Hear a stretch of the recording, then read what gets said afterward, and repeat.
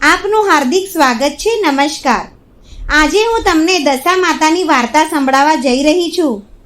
આ રાજા નળ અને રાણી દમયંતીની જૂનામાં જૂની સુંદર વાર્તા છે, જે દાદીમા નાનીમાના સમયમાં સાંભળતા હતા. જે વાર્તા સંપૂર્ણ છે. માં દશામાનું વ્રત સર્વ સુખ આપનારું છે, ઘરની ગરીબી દૂર કરનારું છે, જીવનની સર્વે સમસ્યાઓને દૂર કરનારું ઉત્તમ વ્રત છે. અમારી આ જ યુટ્યુબ ચેનલ પર દરરોજ ભગવાનની અલગ અલગ વાર્તા અપલોડ કરવામાં આવે છે. ધાર્મિક માહિતીને લાગુ પડતા વિડીયો જોવા માટે આ ચેનલને જરૂર સબસ્ક્રાઈબ કરો અને બેલ આઇકોનનું બટન ઓન કરો કે જેથી નવા આવનાર વિડીયોની માહિતી તમને મળી રહે. હિન્દુ ધર્મમાં દશા માતાની પૂજા કરવાનું વિશેષ મહત્વ છે. દશા માતાનું વ્રત 10 દિવસ રાખવામાં આવે છે. માનવામાં આવે છે કે જે લોકો દશા માતાનો વ્રત કરે છે તે લોકોને બુરી દશાનો સામનો નથી કરવો પડતો. જો તમે વ્રત ન રાખી શક્યા હોય તો આ પાવન દિવસોમાં આ દશામાની વાર્તા અવશ્ય સાંભળો. દશા માતાનું વ્રત કરવાવાળી વ્યક્તિ આ પાવન દિવસે શુભ મુહૂર્તમાં કાચા સૂતરનો 10 ગાંઠવાળો દોરો લઈ દશા માતાની પૂજા કરે છે. પીપળાના વૃક્ષની પૂજા કરે છે. પૂજા કર્યા બાદ આ દોરાને ગળામાં પહેરવો અને વિધિ વિધાનથી પૂજા કરવાથી 1 વર્ષ દરમિયાનમાં જ તમારા જીવનમાં લગતી તમામ દુઃખ સમસ્યાઓ સમાપ્ત થઈ જાય છે. તો દશામાનું આ વ્રત અવશ્ય કરવું જોઈએ. તો ચાલો મિત્રો, આપણે વાર્તાની શરૂઆત કરીએ. પ્રાચીન સમયમાં નળ નામના રાજા હતા. તેમની રાણીનું નામ દમયંતી હતું. રાજા નળ અને રાણી દમયંતી સુખપૂર્વક રાજપાટ સંભાળી રહ્યા હતા. રાજા રાણીને 2 પુત્રો હતા. તેમના હેઠળ પ્રજા સુખી જીવન જીવતી હતી. એક દિવસની વાત છે કે તે દિવસ હોળી દશા હતી. તે એક બ્રાહ્મણી રાજમહેલમાં આવી અને રાણી પાસે આવીને તે બ્રાહ્મણીએ કહ્યું કે દશાનો દોરો લઈ લો. ત્યારે તે સમયે દાસી બોલી કે હા મહારાણી, આજના દિવસે બધી જ સૌભાગ્ય સ્ત્રીઓ દશામાની પૂજા કરે છે અને આ દોરાની પૂજા કરીને ગળામાં બાંધે છે કે જેનાથી તમારા ઘરમાં સુખ સમૃદ્ધિ આવે છે અને શુભ ફળની પ્રાપ્તિ થાય છે અને તમારા ઘરમાં સદાય બરકત બની રહે છે. માટે રાણીએ બ્રાહ્મણી પાસેથી દોરો લઈ લીધો અને વિધિ અનુસાર દોરાની પૂજા કરીને ગળામાં પહેરી લીધો. થોડા દિવસ બાદ રાજાએ રાણી દમયંતીના ગળામાં દોરો બાંધેલો જોયો.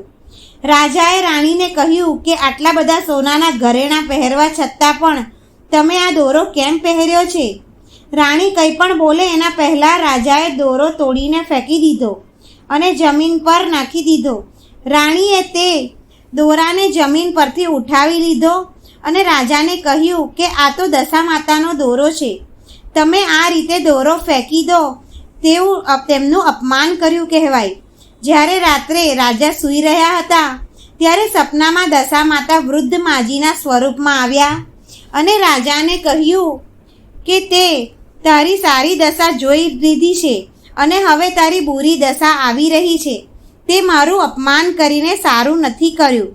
આમ બોલીને દશા માતા અંતર ધ્યાન થઈ ગયા, ગાયબ થઈ ગયા. હવે જેમ જેમ દિવસો વીતતા ગયા તેમ તેમ રાજાના રાજપાટ, હાથી, ઘોડા, લાવ લશ્કર, ધાન ભંડાર, સુખ શાંતિ બધું જ નષ્ટ થવા લાગ્યું. હવે તો ભૂખે મરવાનો વારો આવી ગયો. એક દિવસ રાજાએ દમયંતીને કહ્યું કે હે રાણી, તમે બંને પુત્રોને લઈને પિયર જતા રહો. રાણીએ કહ્યું કે હું તમને છોડીને ક્યાંય નહીં જાઉં.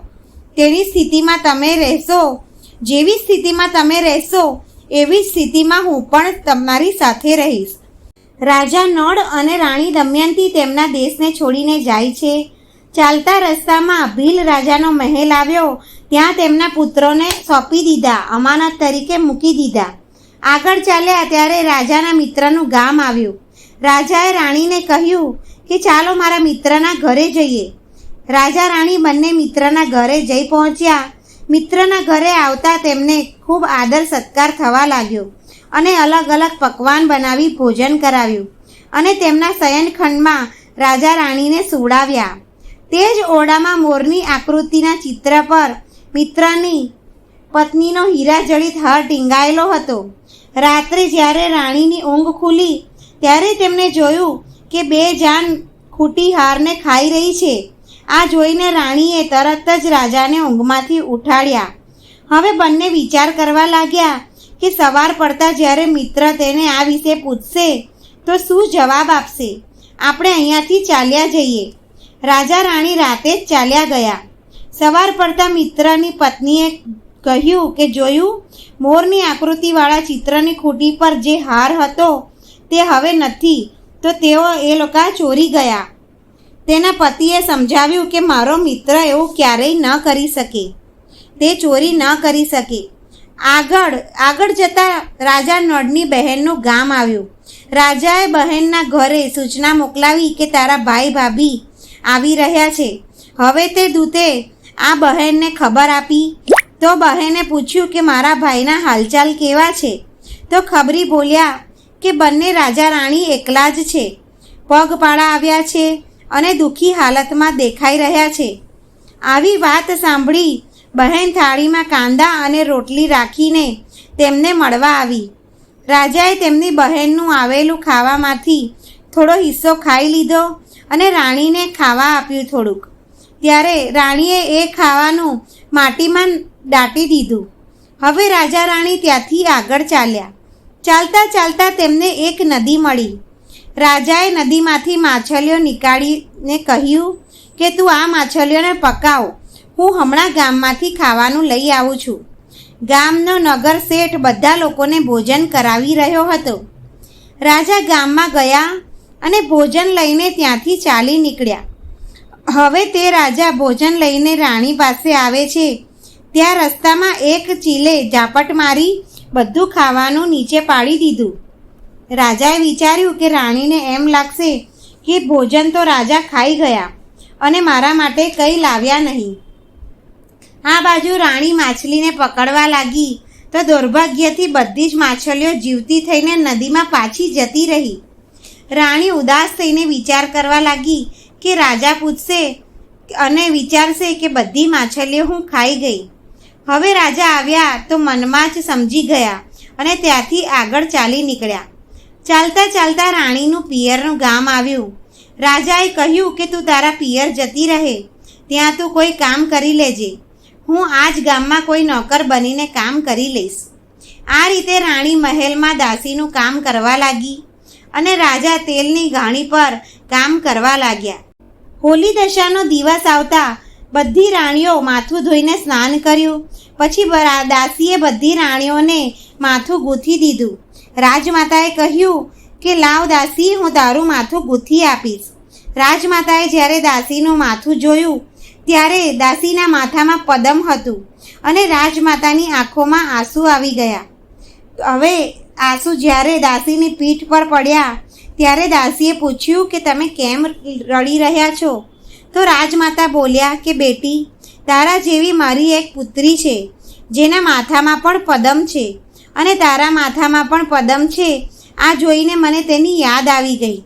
ત્યારે દાસીએ કહ્યું કે હું જ તમારી પુત્રી છું માં. દશા માતાના કોપથી મારા બુરા દિવસ ચાલી રહ્યા છે માટે હું અહીંયા આવી ગઈ છું. માતાએ કહ્યું કે બેટી, આ વાત અમારાથી કેમ છુપાવી? તો દાસીએ કહ્યું કે માં, હું બધાને બતાવતી તો ખરાબ દિવસો કપાતા નહીં. આજે હું દશા માતાનું વ્રત કરીશ તથા રાજાએ કરેલ ભૂલને ક્ષમા યાચના કરીશ. હવે રાજમાતાએ પૂછ્યું કે પુત્રી, અમારા જમાઈ રાજા ક્યાં છે? ત્યારે પુત્રી બોલી કે જમાઈ રાજા એક તેલીના ઘરે કામ કરી રહ્યા છે. ત્યારે તેમની શોધખોળ કરવામાં આવી. દૂત જમાઈ રાજાને લઈને મહેલમાં આવ્યો અને હવે દશા માતાના આશીર્વાદથી રાજા નળ અને રાણી દમયંતીના સારા દિવસો પાછા આવ્યા. તેમને સ્નાન આદિ કરાવી સન્માન કરીને ભોજન કરાવ્યું અને ઘણા દિવસો અહીંયા રાજમહેલમાં વિતાવ્યા બાદ તેઓ પોતાના રાજ્યમાં જવાનું કહ્યું. ત્યારે રાજાએ લાવ લશ્કર, હાથી ઘોડા, ધન સંપત્તિ આપીને પોતાની દીકરીની વિદાય કરી. રસ્તામાં આગળ ચાલતા તેઓએ વિચાર્યું કે હવે હું રાણી દમયંતીને સાચું કહી દઉં. ત્યારે તેઓ રાજાએ કહ્યું કે પેલું ભોજન ચીલે ઝપટ મારીને પાડી દીધું હતું.